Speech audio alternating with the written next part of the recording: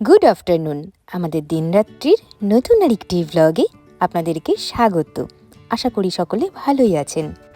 আজকের ব্লগটিতে আমি দুদিনের স্টোরি আপনাদের সাথে শেয়ার করেছি। সরস্বতী পুজোর আগের দিনের বিকেল থেকে শুরু করে সরস্বতী পুজোর দিন রাত পর্যন্ত কি কি করেছি সবটা রয়েছে এই ব্লগে। কিভাবে বাজারে গেলাম, কি বাজার করেছি এবং আমার বাড়িতে এই প্রথমবার কেন আমি সরস্বতী পুজো করলাম সবটা শেয়ার করে নিয়েছি আপনাদের সাথে। যাই হোক, চলুন তাহলে ব্লগটাকে শুরু করা যাক। এখন যাচ্ছি সরস্বতী পুজোর বাজার করতে। আজকে তো উত্তমের অফিস রয়েছে, ও নেই, মা আর আমি যাব। চলুন বাজার করে নিয়ে আসি। এখন সময় বিকেল 4:30। আগে মায়ের বাড়িতে যাব। কার্টুন কুমার আর এই যে 5 ফোড়ন, দুজন শুয়ে রয়েছে আর 3জন দাঁড়িয়ে রয়েছে, আর ওই যে আমার রকি বাবু। আপাতত 7টা, আর ভুলু নেই। টোটালে হচ্ছে 8 জন আমার। বাবা, পুরো টিম, ব্ল্যাক টিম তো এবারে। এদিকে তাকাও দেখি, আমরা এখন সরস্বতী পুজোর বাজার করতে যাচ্ছি। হ্যাঁ চলো, অন্ধকার হয়ে গেলে তখন কি করে ভিডিও করবা? পুরো ওরাও সরস্বতী পুজোর বাজার করতে যাচ্ছে। হাই রে ভগবান। মায়ের বাড়ি থেকে বাজার 2-3 মিনিটের হাঁটা পথ দূরত্বে, তাই দেখেছেন বাচ্চাগুলোও চলে এসেছে আমাদের সাথে। কি অবস্থা ভাবুন তো। যাই হোক, আগে যাব প্রতিমার দোকানে, সেখানে সরস্বতী মাকে নেব, তারপরে বাকি বাজার। এইখানে অনেক ঠাকুর। প্রথমে ভেবেছিলাম সকালেই বাজারে আসব, কিন্তু সেটা আর হয়ে ওঠেনি। মামুনিবাবু বেরিয়েছেন, সেই কারণে সকালবেলায় সংসার গুছিয়ে আর আসতে পারিনি। 100 টাকার নিচে কোনো ঠাকুর নেই, তারপরে যত দাম দিয়ে আপনি নিতে পারেন। এই যে ছোট্ট ছোট্ট ঠাকুরগুলো দেখছেন, এগুলো 250 টাকা করে বলছে। আমাদের ঠাকুর পছন্দ হয়ে গেছে, আর এখন নিচ্ছি সরা, দোয়াত, এই সমস্ত। হাড়ি ডিজাইন কি আমি এই দইয়ের হাট। ছোট ঠাকুর এত বড় ইয়ে লাগবে না। তাহলে ছোট দাও। একটা সাদা চাঁদমালা পছন্দ করেছিলাম, কিন্তু সেটা একটু ডিসপুট থাকাতে উনি দিলেন না, ওনার কাছে আর অপশন নেই। একটা জিনিস লক্ষ্য করলাম, তুলসী পাতা, বেলপাতা, দূর্বা সব বিক্রি হচ্ছে বাতকুল্লা বাজারে। তো করে ডাব। আর ঠাকুরটা 40 টাকা হয়েছে, আর ফুল জবের কাঠি না, ওই নলের কাঠি 10 টাকা। আর এই জবগুলো কত করে? জব 5 টাকা করে। কত? পলাশ ফুল 10 টাকা পিস। পলাশ ফুল তো ভালো নেই, যেটা রয়েছে তার বৃন্ত নেই, বাকিগুলো 20-10 টাকা। আর যদি ভালো থাকে সেগুলো 20 টাকা 30 টাকা পিস বিক্রি হচ্ছে, মানে মাথায় হাত। মালা 20 করে বললে, আমাকে দুটো দাও। এ নাও। শালা 20 টাকা। দাদা, কলা কত করে পিস? 5টা 40 টাকা। তুই 8 টাকা দিস, 40 টাকা বলিস। 8টা 40 টাকা, মানে 5 টাকা পিস। ঠিক আছে, দাও। ফলের দোকানেই মালা বিক্রি হচ্ছিল, এখান থেকে মালা নিয়ে নিলাম, 20 টাকা করে পিস নিল। আর ফলও নিয়ে নিয়েছি। এবার এখান থেকে যাব দশকর্মার দোকান। এক জায়গায় দিলাম এটা। হ্যাঁ হ্যাঁ। 57 আর 28 85 85 আর 8 5 টাকা করে দাও। 85 আর 5 90 করে দাও, দিয়ে দাও। 90 আর 40 130। এখন যাচ্ছি দশকর্মার দোকানে। এই বাজারটার নাম হচ্ছে পাল মার্কেট। আপনি সমস্ত কিছু এখানে পেয়ে যাবেন।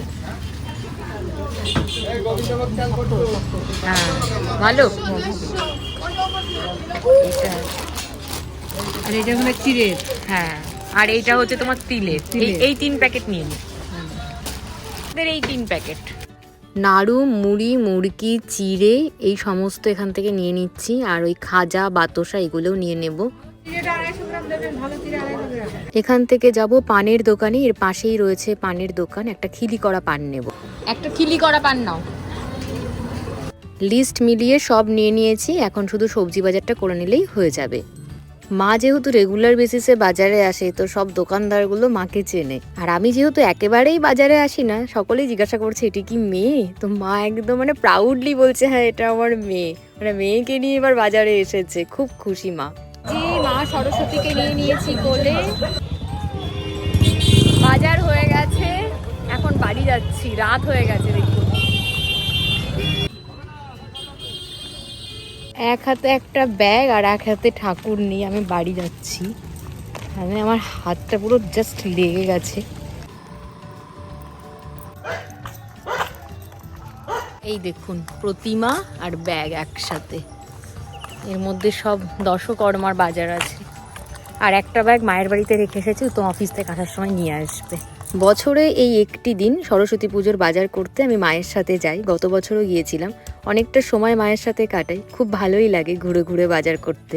যাই হোক, এরপরে আমি হাত মুখ ধুয়ে সন্ধ্যা দেবো আর নিজে কিছু খাবার, উত্তমের জন্য অপেক্ষা। আর পরের দিন আসছে সরস্বতী পুজো। সরস্বতী পুজো, এখন কিচেনটা রাতে আমি মোটামুটি পরিষ্কার করে রেখেছি, কিন্তু এইগুলো এখন এখান থেকে সব সরিয়ে দিতে হবে। মা আসবে ওই আপনার 8:30টার মধ্যে বলে দিয়েছে, তো এখন এগুলো আমি একটু পরিষ্কার করে দিয়ে সরিয়ে দিই সবটা। আজ পরের দিন সকাল আর আজকে পুজোর দিন। রাত্রেবেলায় ফিরে আমি ভ্লগটাকে আর কন্টিনিউ করতে পারিনি, কারণ অনেক রকমের কাজকর্ম ছিল, সেগুলো আমাকে করতেই হতো। মা আসার আগে এই ছোট্ট কাজটুকু আমি করে নিই। বড় কাজগুলো আমি করেই রেখেছি মোটামুটি, মানে কি করব না করব তার একটা চক আউট তো আমার মাথার মধ্যে তৈরিই আছে। আর গ্যাস ওভেনটা পরিষ্কার আর বেসিন পরিষ্কার ছিল সব থেকে বড় কাজ, সেটা করা হয়ে গেছিলো রাত্রেবেলাতেই। এখন এই কিচেন টপটা ভালো করে ক্লিন করে নিচ্ছি। গতকাল রাত্রেও আমি করে রেখেছিলাম, কিন্তু জিনিসগুলো সরাইনি। এখন সমস্ত জিনিসগুলো সরিয়ে দিয়ে ভালো করে পরিষ্কার করে একটু দুধ গঙ্গা জল ছিটিয়ে দেবো। আর আপনারা জানেন যে আমার এই কিচেনেই আমি পুজোর রান্না বান্না সব করি। আর একটা কথা বলি, এত বছর এই পুজোটা আমার বাপের বাড়িতেই করে এসেছি আমি, কিন্তু এবছর প্রথম আমার নিজের বাড়িতেই পুজো করব। আসলে আমি আর আরিয়ান দুজনে মিলেই এই পুজো করতাম ও বাড়িতে। এবছর আরিয়ান নেই, ওর মেডিকেল কলেজে ওরা সেকেন্ড ইয়ার, ওদের দায়িত্ব পড়েছে এবছর সরস্বতী পুজোর আয়োজনের। সেই কারণে বাবান থাকতে পারবে না, তাই মাকে বললাম যে আমার বাড়িতেই আয়োজনটা করি, সুন্দর করে তাহলে সাজিয়ে গুছিয়ে পুজোটা করতে পারবো। এই বাড়িতে একটু তো কনজাস্টেড, আর আমি যেমন করে ভাবছি তেমন করে সম্ভব নয়, তো মা কোনো আপত্তি করেনি, তো মা আসছে। আর আজকে পুজোর দিনে আমি এই শাড়িটা পরবো, একটি গামছা ব্লাউজ দিয়ে। এই শাড়িটা আমি কিনেছি কাঁচরাপাড়ার আগমনী বাসন্তী থেকে। Good morning. বাবা চলে এসেছেন সব জিনিসপত্র নিয়ে, তার কারণ গোপালও আজকে আসছেন আমাদের বাড়িতে। আসো আসো আসো।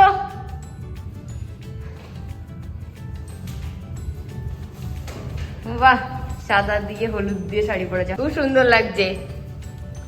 চলো।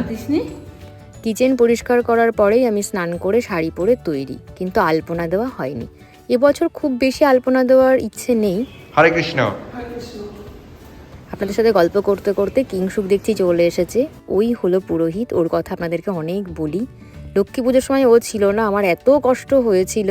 যাই হোক, যে কথা বলছিলাম আলপনার বিষয়ে, এবছর এই ফুল দিয়ে সাজানোর ইচ্ছে রয়েছে, তাই খড়িমাটি দিয়ে খুব বেশি আলপনা দেওয়ার ইচ্ছে আমার ছিল না প্রথম থেকেই। মা তো সেই প্ল্যানিংগুলো জানে না বলে মা একটু অবাক হয়েছিল প্রথমে, তবে সমস্ত সাজানো দেখে মা ভীষণ খুশি হয়ে গেছে। আর কিংশুক এসে তো বসে থাকে না, ও ভীষণ কাজের ছেলে আর এত গুণী মানুষ, এসেই পুজোর জোগাড় করতে শুরু করে দিয়েছে।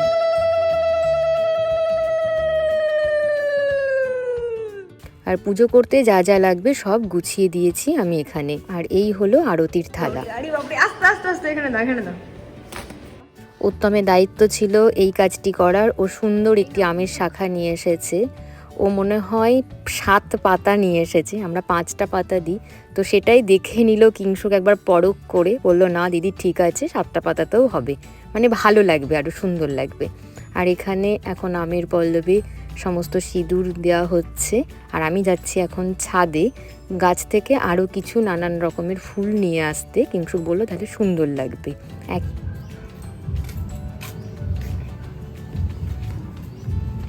এই গাছটাই অনেক ফুল হয়েছে, এইখান থেকে নিয়ে কথা, তাই না? দেখুন রক্তগাঁদাগুলো 2 দিন আগেও ছোট ছোট কুড়ি ছিল, কত বড় বড় ফুল হয়েছে। আমার কিন্তু এবার গাঁদা ফুলটা খুব ভালো হয়েছে ছাদ বাগানে, কিন্তু চন্দ্রমল্লিকাটা খুব একটা ভালো হয়নি। আর এখান থেকে নয়নতারা, কিছু দোপাটি, এই সমস্ত ফুল নিয়ে নিচ্ছি। আর একটা কথা বলি আপনাদের, ছোটবেলায় না খইয়ের মালা বানাতাম, এবছর আর হয়ে ওঠেনি সেটা।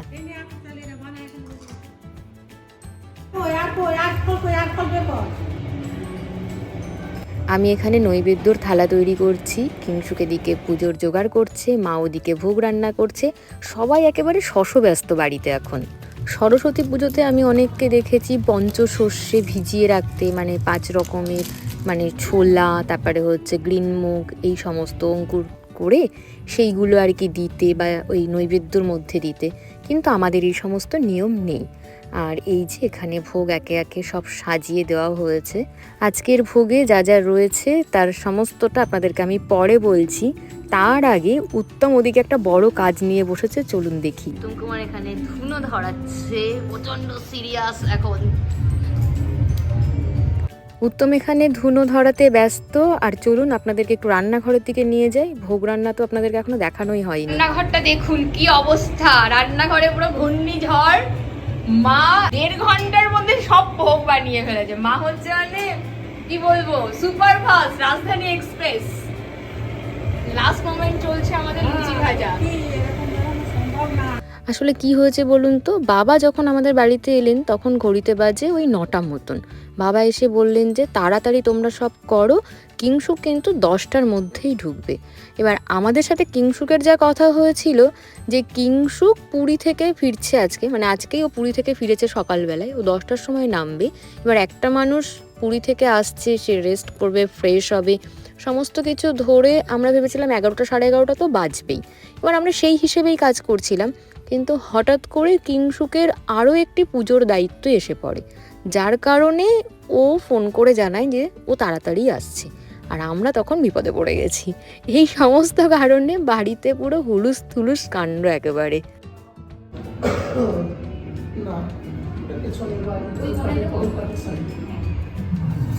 কিংসুক ভাই তো এদিকে পুজো শুরু করে দিয়েছে, এখনও গোছানো সেভাবে হয়নি। আমি পুণ্যপত্রটা দিয়ে দিলাম, আর ঠাকুরের কাছে তো বই দিতে হয়। উত্তমের ল্যাপটপটা দিয়ে দিলাম, আর আমার দুখানি বই আমি এখানে দিয়ে দিলাম। ওম নমো ব্রহ্মণ দেবায় গুরু ব্রহ্মণ হিতায় চ জগদ্ধিতায় কৃষ্ণায় শ্রী গোবিন্দায় নমো নমঃ। এই সচেতন রাধা কৃষ্ণ।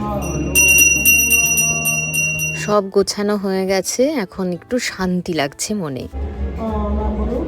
প্রিয়াঙ্কি দাস, উত্তম কুমার। প্রিয়াঙ্কি দাসিষ্য উত্তম কুমার দাসস্য শ্রী দেব সর্বনাম।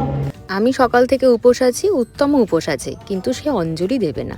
আমি একাই পুজোতে এখানে বসেছি, আর সমস্ত কিছু সাজিয়ে গুছিয়ে দেওয়া হয়ে গেছে, আর এখানে পুজো চলছে খুব সুন্দরভাবে। কিংসুকের শরীরটা খুব একটা ভালো নেই, ওর কাশি হচ্ছে, ওর এত প্রেশার পড়ে যায়। আসলে আপনাদেরকে আমি এর আগে একবার বলেছিলাম যে ও ভগবানের অঙ্গরাগ করে, তো অঙ্গরাগের জন্যে পুরী, তারপরে দিল্লি, মুম্বাই, কলকাতা, বিভিন্ন জায়গা থেকে ওর সবসময় কল আসতে থাকে, আর ওকে ছুটে যেতে হয় সেই কাজের জন্য। ও বাড়িতে সবসময় থাকতে পারে না। আপনাদেরকে বলছিলাম ভীষণ গুণী ছেলে। মন্দির ভীতি শুভ্রকান্তি কুচ ভরণামিতাঙ্গি সন্নি সগ্না শীতাক্ষে নিজ কর কমল লেখনি পুস্তকাশ্রী সকল বিভসিদ্ধ পাতু বাগদেবতা বৈ নমো নমঃ। আর একটা কথা বলি, ও যে খুব সুন্দর শুধু অঙ্গরাগ করতে পারে ভগবানের তাই নয়, খুব সুন্দর মৃদঙ্গ বাজায়, আর খুব ভালো গানের গলা ওর। বিষ্ণু নমো বিষ্ণু নমো বিষ্ণু তিনবার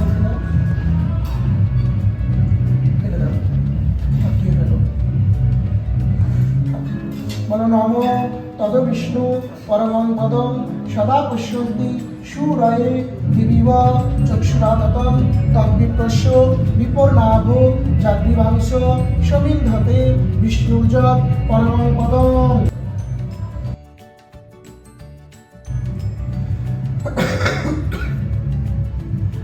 ওম ভদ্রকাল্যৈ নমো নিত্যং সরস্বত্যৈ নমো নমো বেদ বেদাঙ্গ বেদান্ত বিদ্যা স্থানেভ্যো হে বচ এষ সচন্দন পুষ্প বিল্ল তিন সরস্বত্যৈ নমো নমঃ। এখন অঞ্জলি দিচ্ছি, এরপরে আরতি হবে। সরস্বতী মহাভাগে বিদ্যে কমল লোচনে বিশ্বরূপে বিশালাক্ষী বিদ্যা দেহি নমস্তুতে।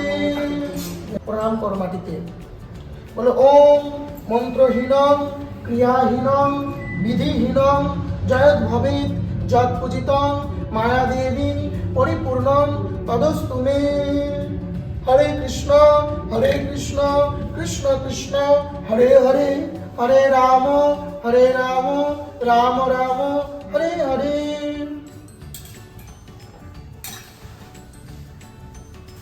ধূপ, দীপ, শঙ্খ, রুমাল, চামর এই সমস্ত কিছু সহযোগে এখানে আরতি চলছে। ভগবানের আরতি হচ্ছে। আর ভগবান যেহেতু আমার বাড়িতে এসেছেন, মানে আমরা তো ভীষণ কি বলবো ভাগ্যবান ভাগ্যবতী দুজনে। হবে না ছেড়ে দাও, মাকেই দাও। উত্তম অনেক চেষ্টা করেও শঙ্খ বাজাতে পারলো না। তো কিংশুক বলছে অভ্যাস না থাকলে সম্ভব নয়। রোজ দিন যারা শঙ্খ বাজায় তাদের পক্ষে কিন্তু এটা খুব সহজ। আমার বাবা ভীষণ সুন্দর শঙ্খ বাজান কিন্তু, আর এত বড় শঙ্খ তো আওয়াজও খুব সুন্দর হয়। এদিকে আরতি প্রায় শেষের দিকে।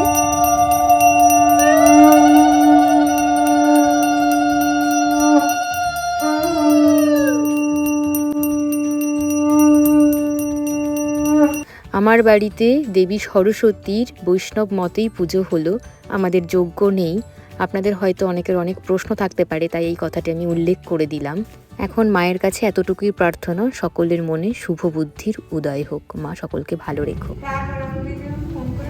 ওই লক্ষ্মী পুজোর কে এসেছিল পুজো করতে? তুই তো বসে পোশাক পেলি না আপনারা পান আসতে হ্যাঁ মানে আমার খারাপ লাগছে, একটু প্রসাদ পেয়ে গেলে ভালো লাগতো। ভাই আবার এসো। হ্যাঁ আচ্ছা। কিংশুককে কিছু শুকনো প্রসাদ আমি দিয়ে দিয়েছি, ও থাকতে পারলো না, পুজো রয়েছে। সকাল থেকেই তো আসতে হতো না। বাবা শাড়ি পরনি কেন? ও আচ্ছা আচ্ছা, যাও পরে যাও। এই পুজোটা নিয়ে আপনাদেরকে তো প্রথমেই বলেছি সকালের শুরুতেই, পুজো করার খুব যে বড় প্ল্যানিং আগে থেকেই ছিল এরকম কিছুই নয়, খুব ছোট্ট করে আমরা আয়োজন করেছি। এবার বলি আজকের ভোগে কি কি ছিল। আজকের ভোগে বানানো হয়েছে খিচুড়ি, পাঁচ ভাজা, পালং শাক ভাজা, পনিরের তরকারি, তার সাথে বাঁধাকপির তরকারি, আর চাটনি, পাঁপড়, ঠাই, ক্ষীর, ছানা, দই, মিষ্টি, লুচি, পায়েস, সুজি, মুড়ি, মুরগি, মোয়া ইত্যাদি সমস্ত কিছু। আর ফল ফলালি তো রয়েইছে। এই হচ্ছে পুচকের পোশাক। ও বসে খুব ভালো করে খেতে পারিনি, তাই ওকে কিছুটা প্রসাদ আমি বক্সে করে দিয়ে দিলাম। ওই যে বাড়িটা দেখছেন ওই বাড়িরই মেয়েও। ব্যাপারে কিছু আলাদা গো, আমার কাছে কিছু নেই। ও কি মিথ্যি দেখতে, তুমি কি মিথ্যি দেখতে গো। কি চিন্তা ভাবনা? এদিকে আয়, এদিকে আয়, এদিকে আয়, এদিকে আয়। দিয়ে আসো ওকে, নাহলে রাস্তা চাপা মাপা পড়বে। যাও যাও, আজা আজা চলো। চল বিস্কিট খাবো, আর একটু কদিন বাদে বিস্কিট খাবো। বাচ্চাটা কি মিষ্টি না, ও কিন্তু মেয়ে, ওই জন্যই মনে হয় এত সুইট। উত্তম ওকে বাড়িতে দিয়ে আসতে যাচ্ছে, কারণ আজকে তো প্রচুর গাড়ি যাবে, বাইক এখান দিয়ে যদি চাপা পড়ে যায়। আর এই দেখুন সবাই শাড়ি পরে ঘুরতে বেরিয়ে গেছে পুচকেরা। খাওয়া দাওয়া করছে, সারা দিনটা গেল সকাল থেকে পুরো ঝড়। শাড়ি চেঞ্জ করে নিয়েছি, আর ভালো লাগছে না। মোয়া খেতে খুব ভালোবাসি বলে তো এখন বসে বসে মোয়া খাচ্ছি। কুমার এখানে আমাকে বাসন নিতে দিতে হেল্প করছে। পায়েস পায়েস প্রসাদ ভালো হয়েছিল তাহলে? তাও তো পায়েস খেলে না তুমি।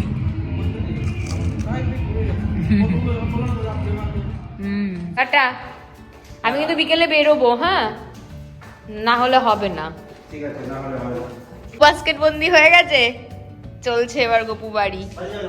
মা এখন চলে যাচ্ছে, এখন সন্ধ্যা হয়ে গেছে। সন্ধ্যা আরতি হওয়ার পরেই মা নিয়ে যাচ্ছে গোপালকে বাড়িতে, আর উত্তম দিয়ে আসতে যাচ্ছে মাকে। আমার আর বেরোনো হয়নি আজকে, মানে কি বলবো, ভেবেছিলাম বেরোবো, প্রত্যেক বছরই ভাবি, কিন্তু শেষে আর বেরোতে পারি না। আর এখন ঘড়িতে বাজে 9:30, বাবাই এসেছে। কটার ট্রেন ধরেছিল বাবা ব্যারাকপুর থেকে? 8:10। ভালোই পুজো হয়েছে তাহলে কলেজে? বাহ। যা টাকা চাঁদা দেওয়া হয়েছে ক টাকা চাঁদা দিয়েছিলে? 250। মাত্র 250 টাকা? আচ্ছা আচ্ছা আচ্ছা আচ্ছা। পনিরটা নিয়ে আসি। পনিরও বানিয়েছো বাবা? ব্যাস ব্যাস ব্যাস হয়ে যাবে। দিয়ে দেবো বাবা পুরোটা? বাবা এই দুটো পাশে করতো। বাবান কলেজের সমস্ত দায় দায়িত্ব পালন করে ওখান থেকে সন্ধ্যার ট্রেন ধরে এই বাড়ি এলো। আপনাদেরকে তো বললাম ঘড়িতে এখন 9:30 বাজে। ও এখনও বাড়ি পৌঁছয়নি। উত্তম সরাসরি ওকে আমার বাড়িতে নিয়ে এসেছে। এখান থেকে প্রসাদ পেয়ে তারপরে ওকে উত্তম আবার দিয়ে আসবে। ছেলেটা প্রসাদ পেলো মন ভরে, এতটুকুই আমার শান্তি। ওর জন্য আমি সব গুছিয়ে রেখে দিয়েছিলাম। আর এখন ওর কলেজের পুজো দেখাচ্ছে আমাকে। আপনাদেরকেও দেখায় আরিয়ানের কলেজের ঠাকুর। বাহ, খুব সুন্দর হয়েছে। তোরা তো আলপনাও দিয়েছিস দেখছি, খুব সুন্দর, দারুণ হয়েছে। কদিনের জন্যে? বাবান তো প্রসাদ পেয়ে ভীষণ খুশি। আর আপনাদের কেমন লেগেছে আমার বাড়ির পুজো প্লিজ কমেন্টে জানাবেন। আজকের ব্লগটা এখানেই শেষ করছি। আজ আসি।